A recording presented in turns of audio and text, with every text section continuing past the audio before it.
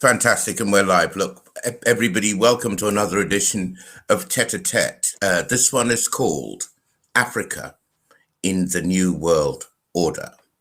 Just by way of introduction, before I introduce my guests, let's just get some background to this story. So, if you wish to get through a heavy meal, you must eat it in bite-sized chunks. The UN's Agenda 21 is the plan of action to achieve sustainable development created and agreed upon by the UN in Rio in 1992. It is a huge meal that aims through the course of this century to change the entire world. And so it is that it's been broken down into sustainable development goals, the first milestone of which is set for 2030. I quote from the UN's preamble to this Agenda 2030. This agenda is a plan of action for people, planet, and prosperity. It also seeks to strengthen universal peace in larger freedom. We recognize that eradicating poverty in all its forms and dimensions, including extreme poverty, is the greatest global challenge and an indispensable requirement for sustainable development. All countries, all stakeholders, acting in collaborative partnership will implement this plan. All good so far, but progress towards Agenda 2030 and the bigger Agenda 21 has given rise to what some call a major conspiracy theory about something called the New World Order. So what is that? Novus Ordo Seclorum is the Latin phrase on the reverse of the Great Seal of the United States of America since 1776, and on the back of the US dollar since 1935. It means New Order of the Ages. Isn't that a coincidence? And the common theme in conspiracy theories about a new world order is that a secretive power elite with a globalist agenda is conspiring to eventually rule the world through an authoritarian one world government, which will replace sovereign nation states. The question I'm asking tonight is that the New World Order or not, what will be the role of Africa and Africans in the new world that Agenda 21 seeks to achieve? Or, put another way, what role would PAO, people of African origin, want to see Africa play in the new sustainable world the UN plans to create? All this within the context, mind you, that Africa is at present not an executive force in world affairs, though with 1.3 billion, that's B for boy, 1.3 billion people in 55 countries and more than half the world's natural and strategic resources, Africa is definitely the most endowed continent on the planet. I'm joined by my guests, Ben Braco, traditional ruler, agricultural economist and music icon from Ghana, journalist Priscilla Mwipo, and renowned security consultant David Otto from the Cameroon.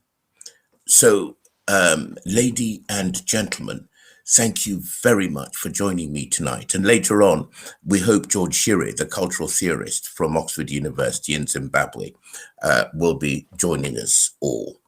So, the first question, first of all, is what part can Africa play in anything, given the fact that she is the least wealthy of all of the partners in this global Agenda 21? I'm going to start with Priscilla. Are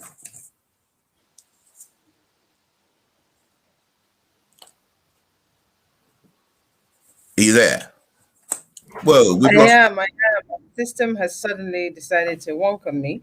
Anyway, okay. Thank you so much. Thanks for having me, Sir Ted. It's a real pleasure being here. Yeah. Your question says, what role will Africa play, considering that Africa is the least wealthy? Did I hear you right? Yeah, the least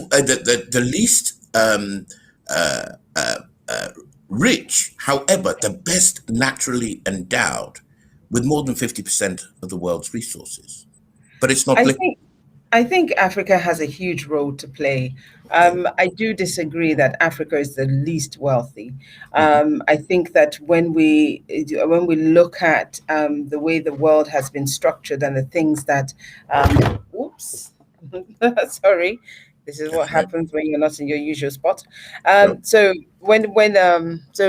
the way the world has been structured and the way we have spoken about Africa and defined Africa and quantified Africa and made Africa to be seem look.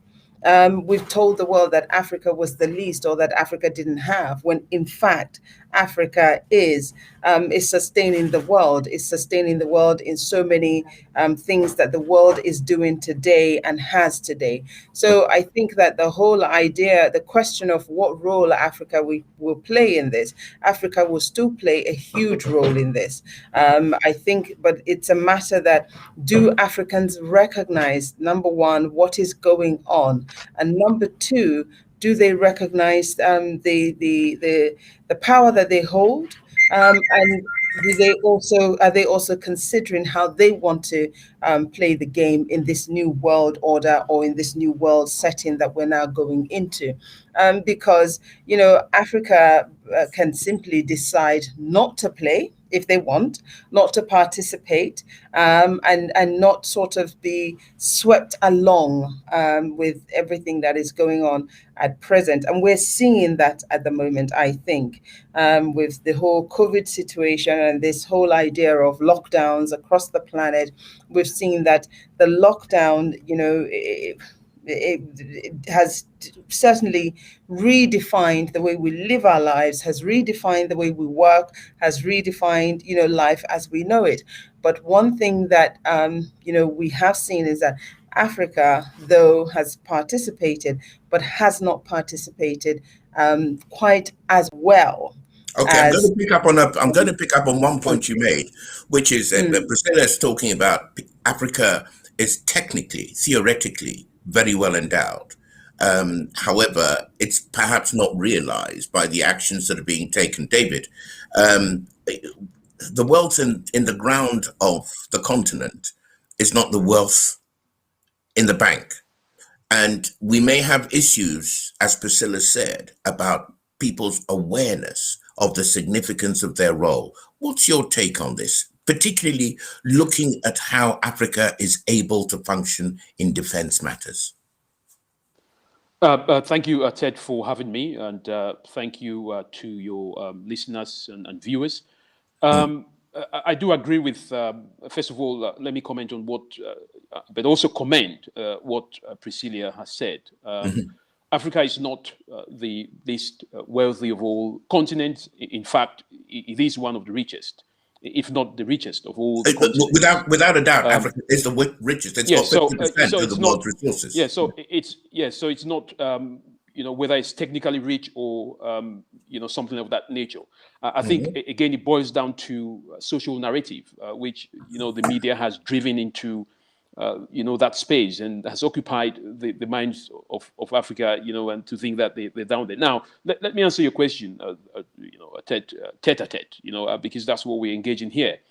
Um, I believe that, as you rightly said, Africa is, we've got 54 or 55 countries, 1.3 billion population. We are an elephant in the room, but we haven't just realized how powerful this continent can be. Now, if there's anything that comes up, to do with a world order, significantly, I think with the presence of good leaders, which of course we're struggling to have in the continent, but also with the presence of very effective institutions, I don't see any rivalry in terms of how other continents, could, somehow sideline Africa in this so-called Okay, world order. Now, okay, what I believe this world order is, if I may finish, Ted, please. is that Yeah. it is all about control.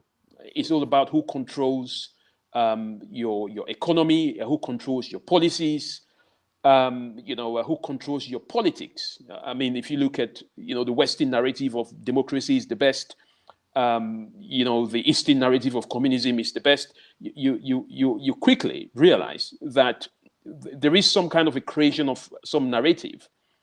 Go down to the security aspect of it. is Africa there to be able to, can it withstand peace and security in most of its countries? No. We've seen an increase in terrorist organizations, insurgency, instability, political, social instability in Africa. So there is that continuous push, Ted, for Africa to always be seen as struggling. And that began, if I remind the audience, with the Berlin Conference, which of course separated the continent. I mean, a lot of people don't want to go back to history, but in order for you to really understand what the present and what the future will look like, then you've got to be able to deal with that. So I think the Sustainable Development Goals that the United Nations has put forward, looking at Agenda 2030, first of all, it is not sustainable because that is not going to be achievable as is on paper. But why is that not going to be achievable? Because Africa is still behind. So I think what the world fails to understand, if they're very genuine about this, Sustainable Development Goal Agenda 2030, is that as long as Africa remains behind, then this is just going to end up as a theory. So I think, for the betterment of the entire universe, I'm not talking about continent here, peace and security, politics, economy, social narrative, I think Africa has a very strong point. But the world needs to realize that, before it's too late. Over to you, Ted. Okay, thank you. Ben, the conversation is kind of segued into a conversation of awareness, identity, and so on and so forth. You're a traditional ruler and therefore really a representative of one of our indigenous institutions. They obviously have a part to play while this war is going on about whether it's democracy, whether it's traditional rule, whether it's capitalism, whether it's communism, and so on and so forth. What is your frank observation of Africans and their sense of their identity in this current time? Well, first of all, to be well, thanks for having me anyway. I didn't thank you. First of all, Africa has to be an equal partner to the other major groupings in the world, which implies that Africa needs to undergo major changes. I think the proud speakers have touched on this in various ways. But to say that Africa has 55 countries is really part of the Berlin Conference lie. Okay? So Africa does not have a face. It is divided by Europeans into groupings that causes conflict all the time, all over Africa. Okay? So first of all, we as Africans need to be left alone to develop our own systems, because democracy does not work in Africa. Okay, can I ask, but before you go further, Ben, the world isn't going to say, hang on a minute, let's give the Africans another half century to work out what system of government they're going to have, because the resources in Africa maintain the standard of living of the people in the West. Yeah. And they can't afford for that to be... but you asked the specific question, right, about the role, Africa's role in this new world order. Right. Okay. And I'm saying that if things are to be left as they are now, right, Africa has no role. Just she's going to be played along for her resources. Okay. For whatever they can get out of it. Right. And we can't be part of the game if we don't have, if like our rulership is controlled from outside, our systems are controlled from outside, and they do not go down to the people's culture and traditions. Okay. So people see everything as alien. They're not, a part of the game. So I mean, these quasi-Europeans who rule Africa in these artificial countries are just also part of the milking system. You understand? And all this corruption and everything, it's part of the world order game to fleece Africa. And unless or until we have people who actually represent the ordinary people, the real people of Africa, not those who have been brainwashed to think like they want to be Europeans or quasi-Europeans, we're not going to get anywhere. Okay. David, I'm going to come back to you now. I mean, you're an expert in security. For example, the part of Africa I'm from, which is West Africa, is strategically quite important. Each part of Africa has its own strategic importance. Yes. And it is going to be very difficult for countries like Nigeria, say Ghana in Western Africa, not to come under the grip somehow of Western powers. 2 days ago, I sent you a WhatsApp post about some terrorists who apparently had been found in Burkina Faso. And there was a picture associated with that post saying that these terrorists, these were insurgents, Islamist insurgents who were functioning in that part of the country. And naturally, one was moved. But you take up the story from there. I mean, the story wasn't entirely true, was it? Of course. I mean, because we've got social media and there's a lot of misinformation and disinformation. But this doesn't mean that this part of Africa, which you mentioned, especially in the Sahel, Mali, for example, which of course is in the Liptako-Goma region between Niger Republic and Burkina Faso, these areas continuously experience a high level threat of the infiltration of jihadist groups, which of course are aligned to the infamous so-called Islamic State of Iraq and Syria, which is the Islamic State core, but also very much affiliations with Al-Qaeda.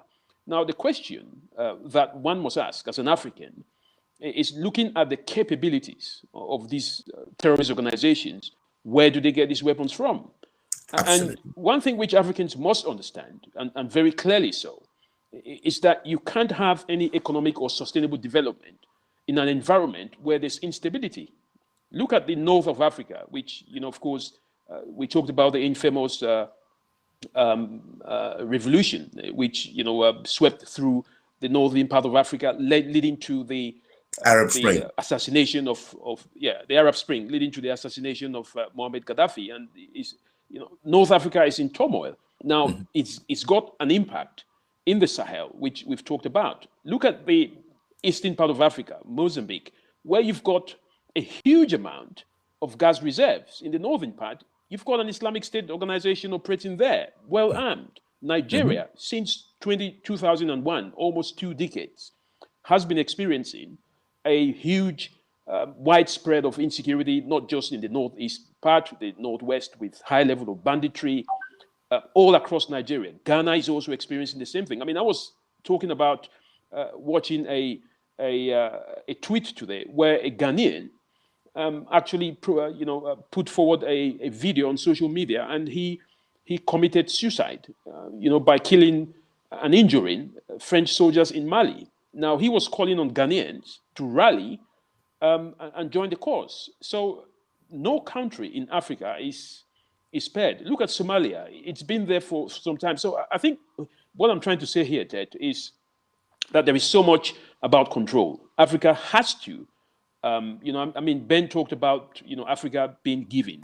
Nobody's going to give you anything. Africa has to be able to generate the capacity to take what it deserves. As long as you don't have control of your security, you will never have control of your economy, because nobody wants to invest in an environment where there's insecurity. People will steal your resources. So we've got to be able to open our eyes. And I'm grateful, Ted, that you're talking about this, because this is part of the social narrative that we must also create to be able to create awareness to Africans and let them know that we need good leaders, we need good institutions, because these are the two things which make up a good continent. So, I mean, I truly think that there is much to be talked about here. Over to you, Ted. Yeah, sure. I mean, I'm going to round off this part of the discussion by coming back to Priscilla. Priscilla, you're the first person to push back at me and say that no, Africa plays a huge part, and no, Africa is very wealthy, and so on and so forth.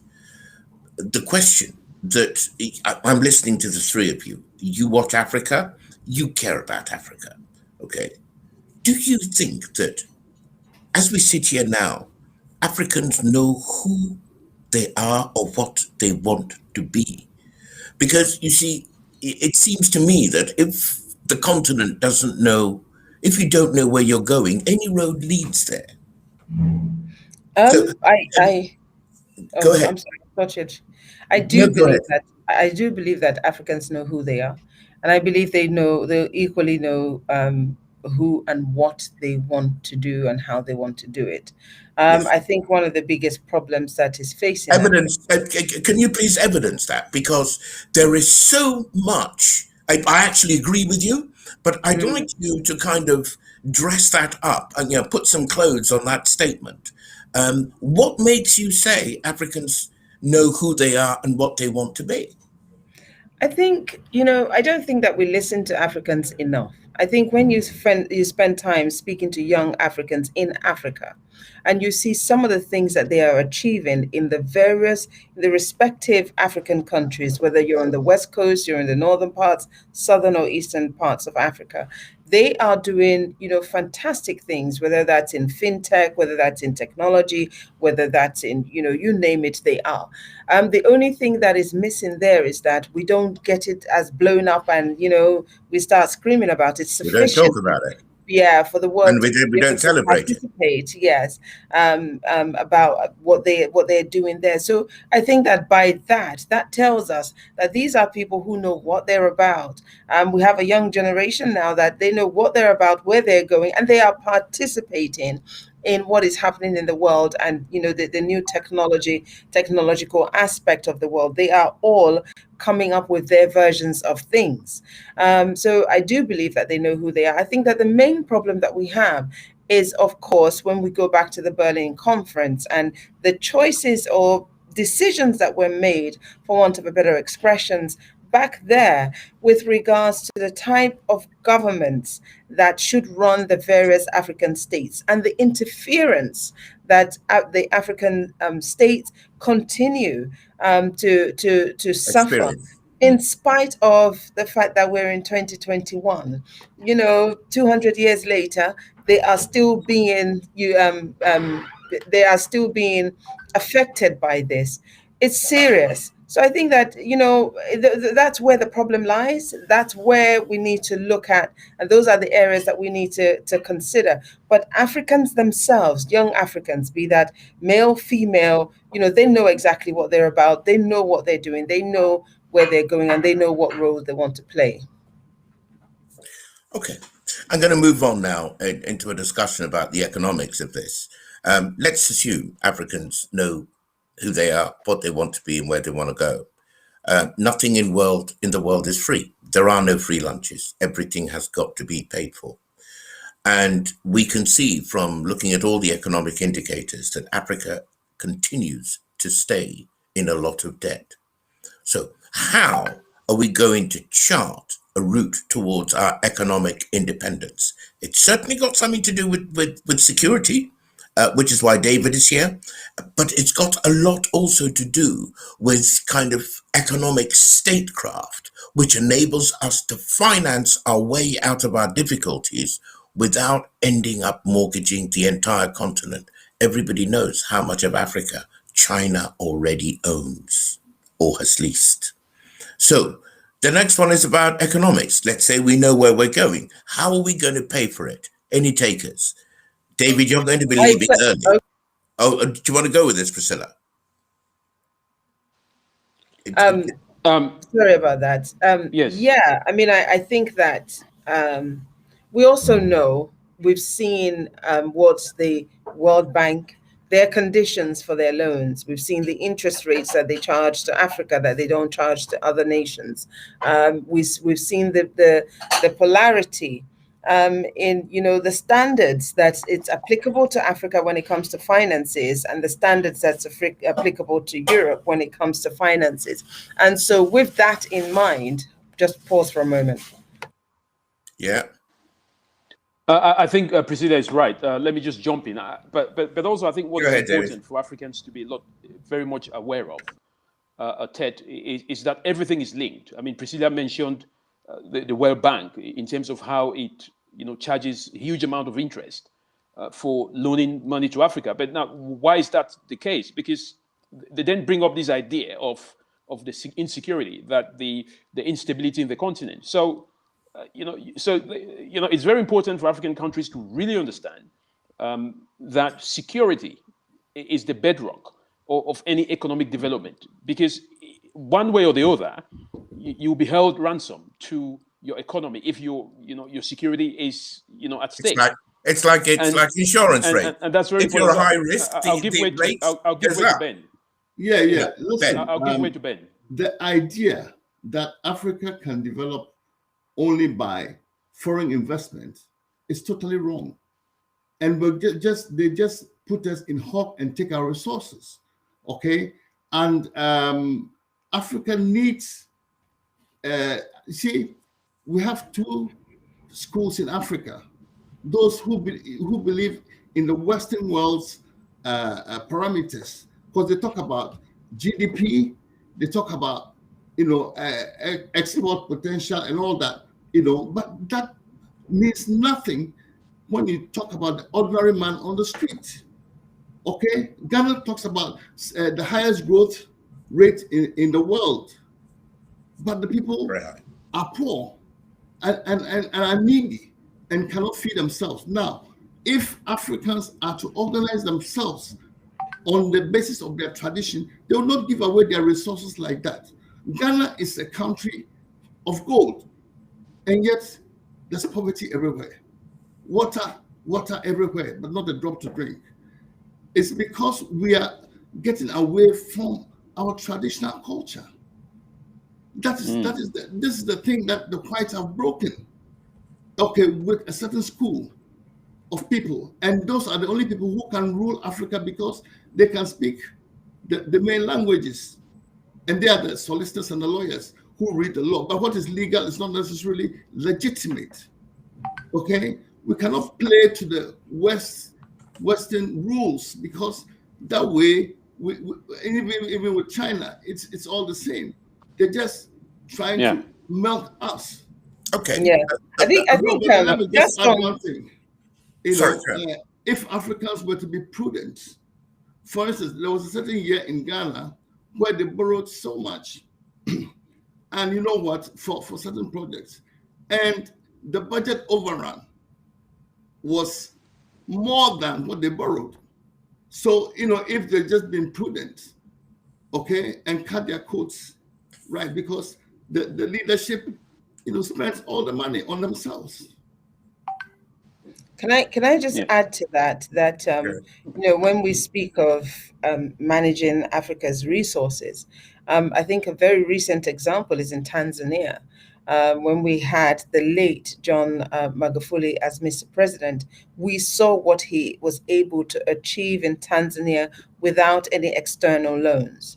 He avoided, becoming a slave to China, rather renegotiating some of the contracts that China had with Tanzania, so that Tanzania, didn't have to pay such ostentatious amounts back to China. Reduced the term on those contracts, and also worked internally with internal finances within Tanzania to develop the country, to change things within the country. And Tanzania was beginning to see a steady growth and improvement in that country before, unfortunately, his passing. So it is that ability is there. It is possible. It's all down to leadership. Okay. I think he may have paid a great price for that. Okay, hold on a moment, chaps. There is something that needs to be factored in. It's what they call the so-called demographic dividend that Africa has a chance to reap. The population of the rest of the world is declining. Africa's is absolutely booming. By 2050, the population is expected to rise from the 1.3 billion we have now to 2.4 billion. That's 42 million people per annum, 3.5 million people per month, and 80 people per minute being born. Yeah. Okay. Yeah. Now, the other thing is that 80% of the world's population growth is going to come from Africa. 80%.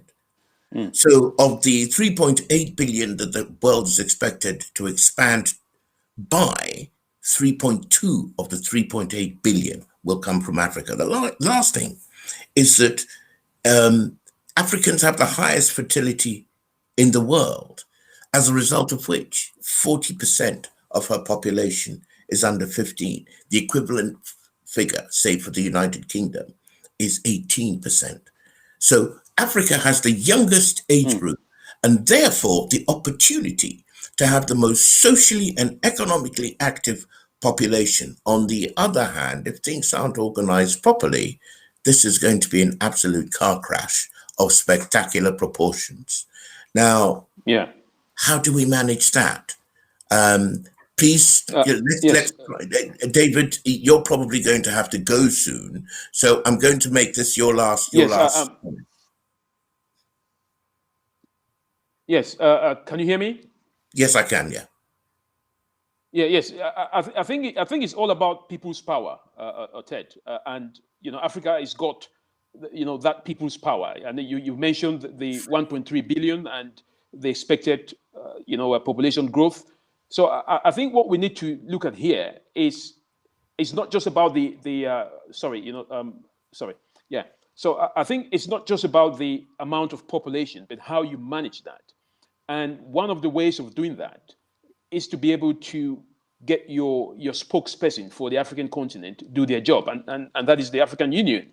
Unfortunately, the African Union has serious challenges, because it doesn't have the capacity. It is being overshadowed by the United Nations, by the European Union, and clearly, being sponsored by people that don't have the interests of Africa at heart. At the risk, David, of putting myself in trouble. Yes.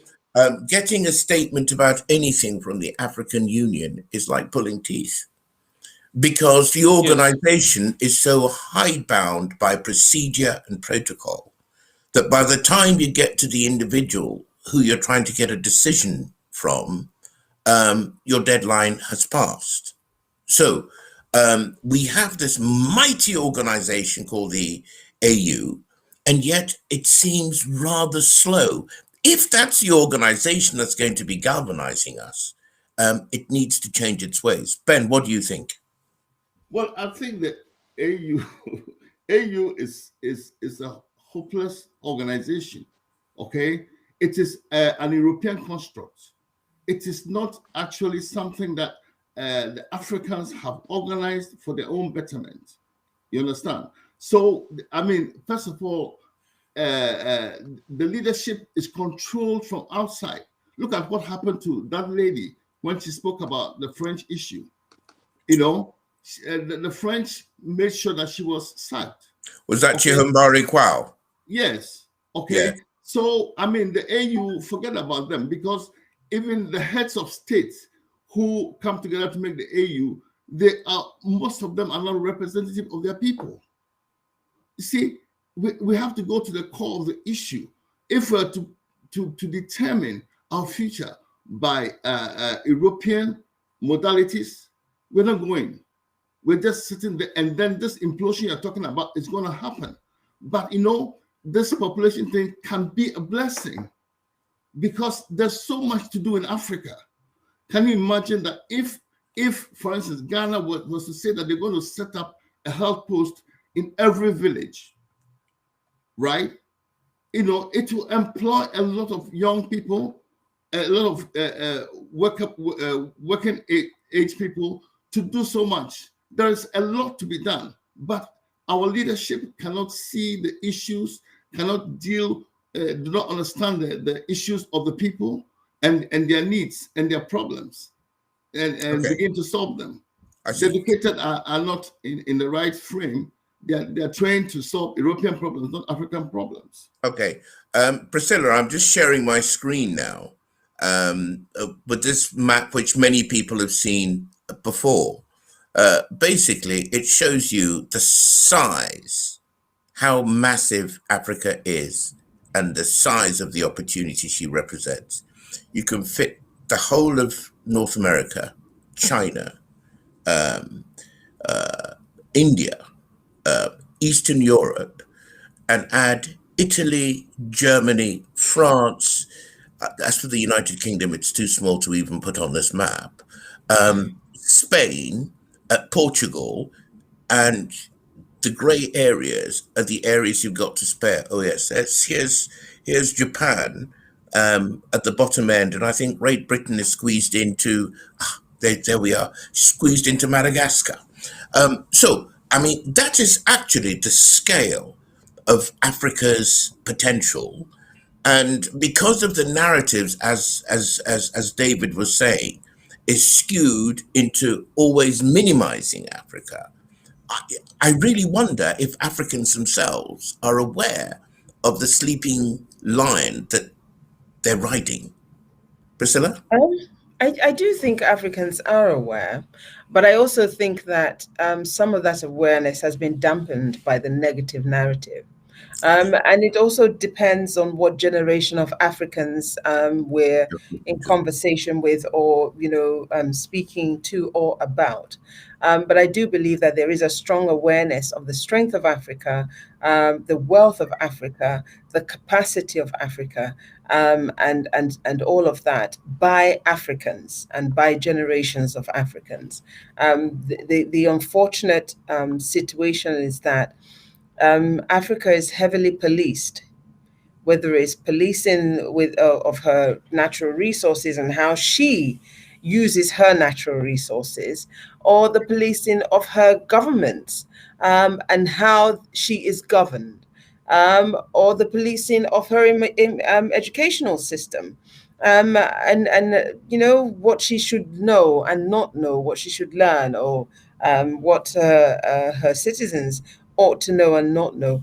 Those are just some of the unfortunate strings, if you like, that are attached to the greatness of Africa at present, that impacts on our ability to sit up and to take our place as the mother, as it were. Because if all of these countries can be be inhabited into Africa, as we can see on this map, then it does make Africa the mother, as we've always referred to it in times past. So I think that if those strings were taken away, if those strings were not operational as they are and as they have been for as long as they have been, I believe that yes, we will be far, far ahead, and of course, and that would be with generations. But I haven't given up. I believe that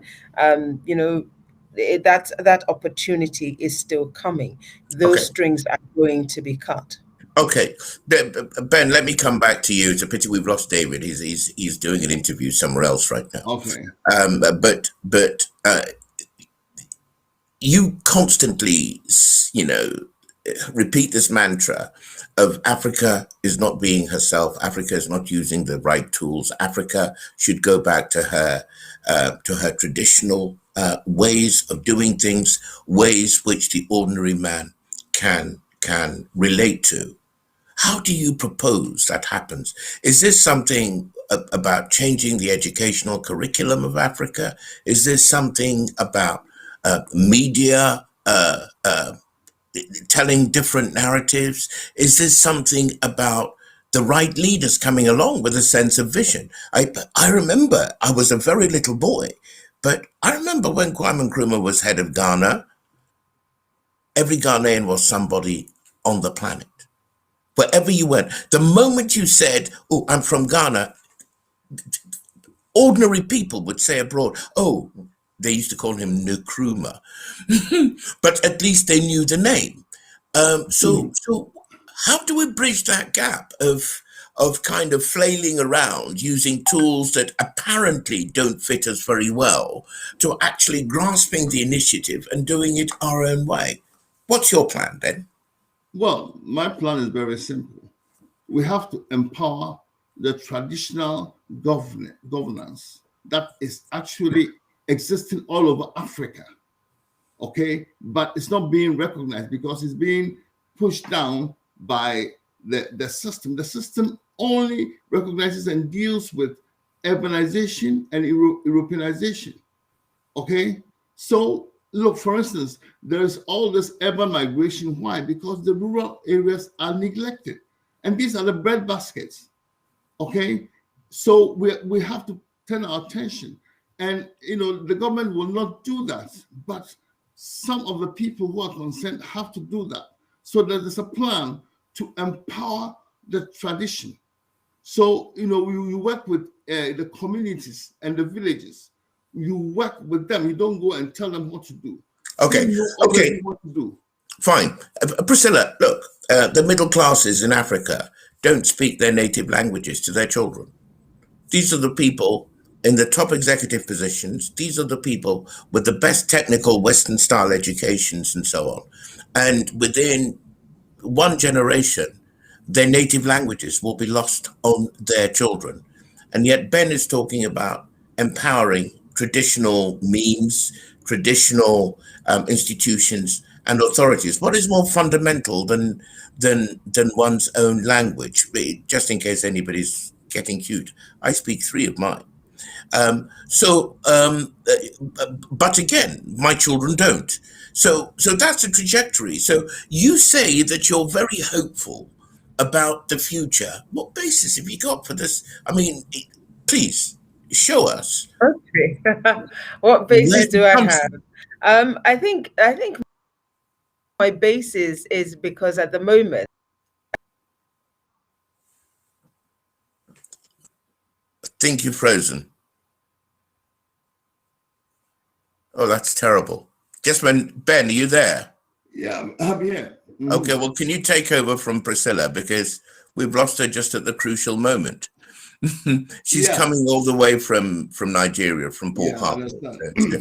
No, the important, what you have to recognize is that most of Ghanaians, I mean, a lot of Ghanaians and Africans do not actually speak English and all these languages. Okay?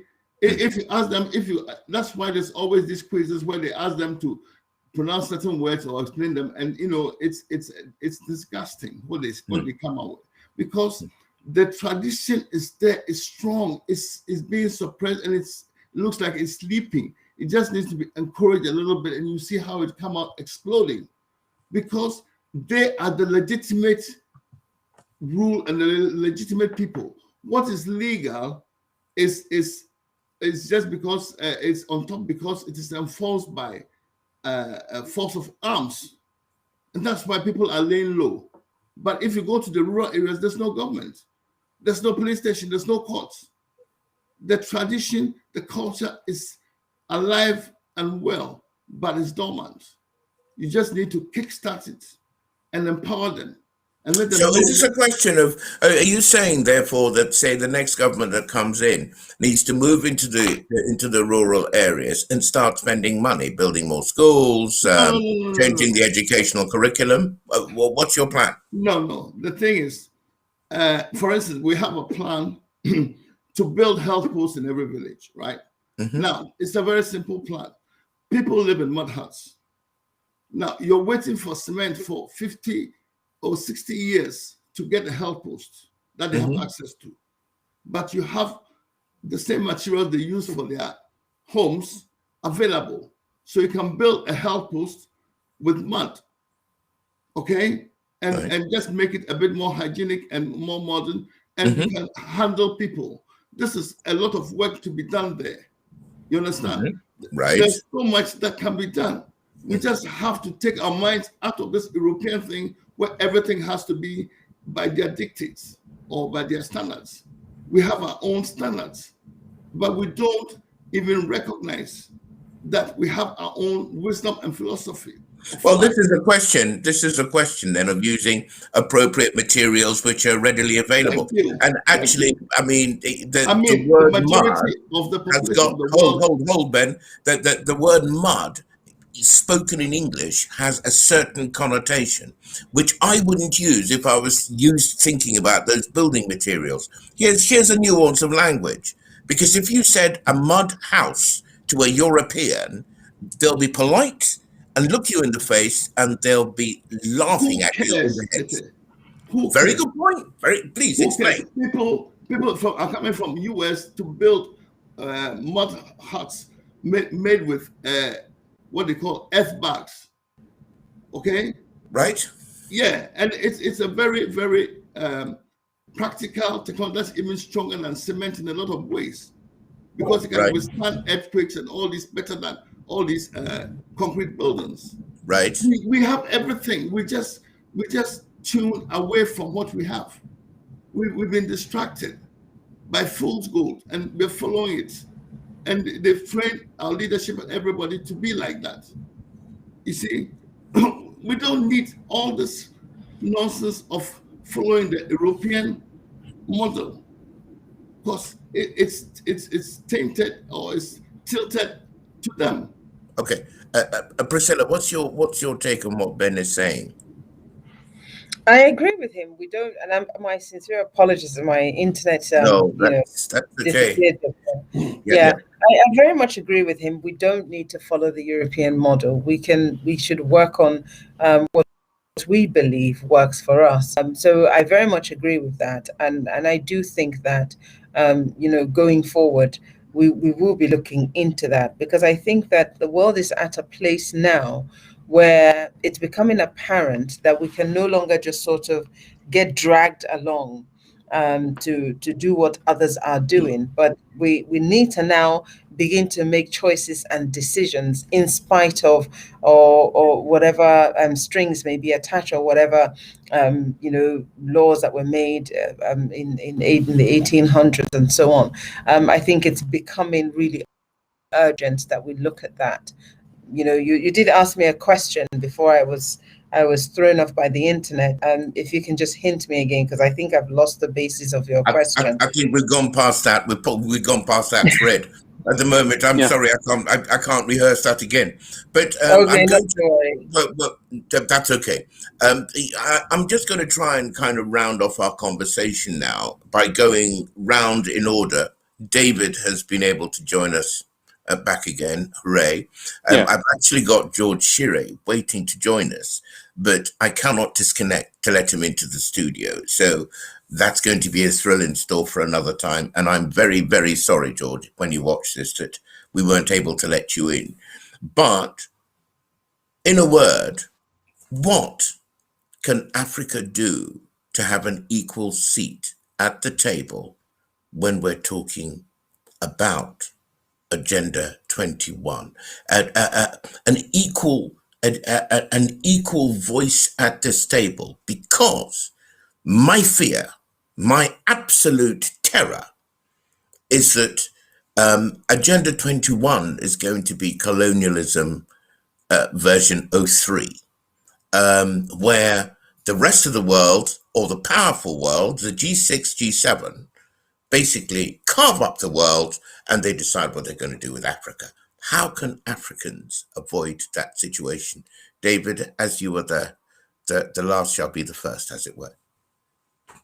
Thank you for that. I think what is important, Ted, is for Africans to understand that there is a difference between some theory and also practice in terms of what is pragmatic. Priscilla mentioned the fact that Africans need to think smart, but also act smart. Of course, we can copy the right things, but we also have the ability to ignore the ones that do not suit our cultural, but also our political systems, which of course we had one. So how can Africa be able to, benefit, if I may use that word, on the Agenda 2030? I think it's a very simple answer, but very complex. If you look at it in practice, Africans need to unite.